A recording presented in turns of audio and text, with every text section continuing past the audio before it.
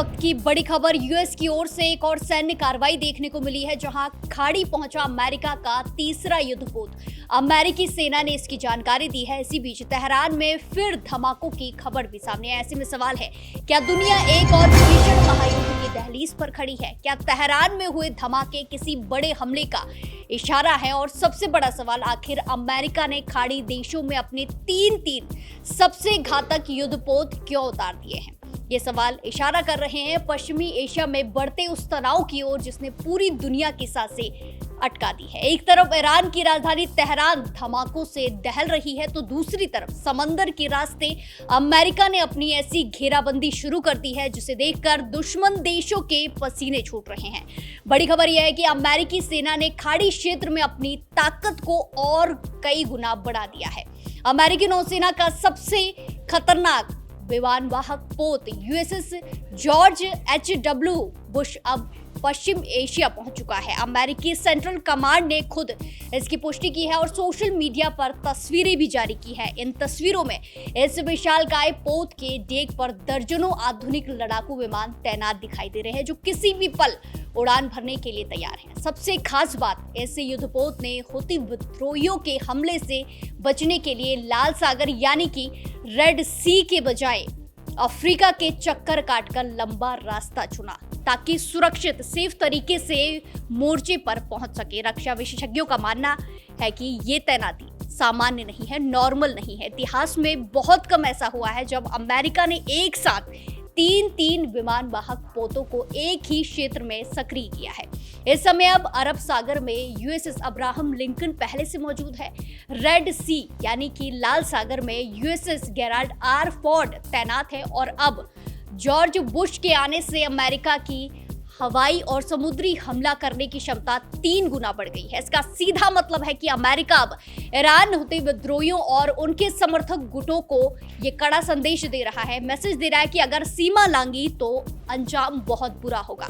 इसी बीच ईरान की राजधानी तेहरान से भी चौंकाने वाली खबरें सामने आई। 23 अप्रैल को तेहरान का आसमान एयर डिफेंस की आवाजों से गूंज उठा। बताया जा रहा है कि ईरान की हवाई सुरक्षा प्रणाली ने आसमान में कुछ संदिग्ध लक्ष्यों को देखा और उन पर हमला भी किया। हालांकि अभी तक ये साफ नहीं हो पाया है, स्पष्ट नहीं है कि ये ड्रोन हमले थे या कुछ और, लेकिन तेहरान में सक्रिय हुए एयर डिफेंस बैटरियों ने साफ कर दिया है कि ईरान के अंदर सब कुछ ठीक नहीं है। ईरान की कई समाचार एजेंसियों के अनुसार शहर के विभिन्न हिस्सों में क्षेत्रों में एयर डिफेंस सिस्टम को सक्रिय किया गया और संदिग्ध हवाई खतरों के खिलाफ कार्रवाई भी की गई।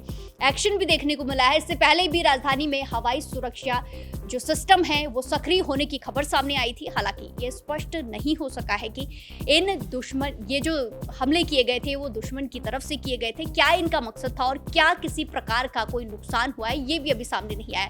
ईरान की नूर न्यूज और मेहर न्यूज एजेंसी ने बताया कि तेहरान के कुछ हिस्सों में हवाई रक्षा जो सिस्टम है वो सक्रिय किए गए हैं। हालांकि उन्होंने इसके कारणों के बारे में कोई भी विवरण अभी तक नहीं दिया है और ना ही किसी घटना की जानकारी दी गई है। तेहरान में विस्फोटों की खबरों के बीच इजरायल ने ईरान पर किसी भी हवाई हमले से साफ इनकार किया। इजरायल ने बोला है कि ये हमले उन्होंने नहीं किए हैं। मीडिया रिपोर्ट्स के अनुसार एक इजरायली सुरक्षा अधिकारी ने हमलों से इनकार किया है। इसी बीच इजरायल के रक्षा मंत्री इजराइल कैट्स ने कहा कि उनका देश ईरान के खिलाफ युद्ध फिर से शुरू करने के लिए तैयार है और इसके लिए अमेरिका की मंजूरी का इंतजार कर रहा है। कैट्स ने संकेत दिया है कि उन्होंने साफ शब्दों में कहा, यदि सैन्य कार्रवाई दोबारा शुरू होती है तो इसका उद्देश्य ईरान को अंधकार युग में पहुंचा दिया जाएगा। वहीं अमेरिका ने खाड़ी में अपनी सैन्य मौजूदगी और मजबूत कर दी है। ये इस वक्त की बड़ी खबर है। अमेरिकी सेना ने जानकारी दी है कि यूएसएस जॉर्ज H.W. बुश विमान वाहक पोत वॉरशिप पश्चिम एशिया पहुंच गया है। तो इन धमाकों और अमेरिकी युद्धपोतों की एंट्री ने इस अंदेशा लगाया जा रहा है उसे और गहरा कर दिया है कि इजरायल और अमेरिका ने ईरान के खिलाफ कोई बड़ी योजना बना ली है। कुल मिलाकर स्थिति बेहद ज्यादा नाजुक नजर आ रही है। एक तरफ ईरान अपनी सुरक्षा को लेकर अलर्ट है, तो दूसरी तरफ अमेरिका ने यूएस ने अपनी घेराबंदी मजबूत कर ली है। अगर ये तनाव कम नहीं हुआ तो आने वाले दिनों में पश्चिम एशिया में एक बड़ा सैन्य टकराव फिर से देखने को मिल सकता है। सीज फायर बड़ा, लेकिन फिर भी गतिविधियां लगातार हैं। पश्चिम एशिया के हालात इस वक्त उस बारूद के ढेर की ऊपर है, जिस पर एक छोटी सी चिंगारी बहुत बड़ा नुकसान कर सकती है। अमेरिका का एक साथ तीन एयरक्राफ्ट कैरियर मोर्चे पर उतारना कोई साधारण संकेत नहीं है। सीधे तौर पर ईरान और उसके समर्थक गुटों को चेकमेट करने की तैयारी लगती है। उधर तेहरान के आसमान में गूंजती धमाकों की आवाजें इस बात का सबूत है, खतरा अभी भी दहलीज पर ही है। इतिहास गवाह है, जब भी खाड़ी के समंदर में लोहे के इन विशालकाय पहाड़ों यानी कि युद्धपोतों को वॉरशिप्स की तैनाती की जाती है, तादाद बढ़ती है, तो दुनिया में बदलाव देखने को मिलता है। ऐसे में सवाल है, क्या अमेरिका सिर्फ अपनी मौजूदगी दिखा रहा है या फिर ये कोई बहुत बड़े हवाई हमले प्रीलूड यानी कि भूमिका है?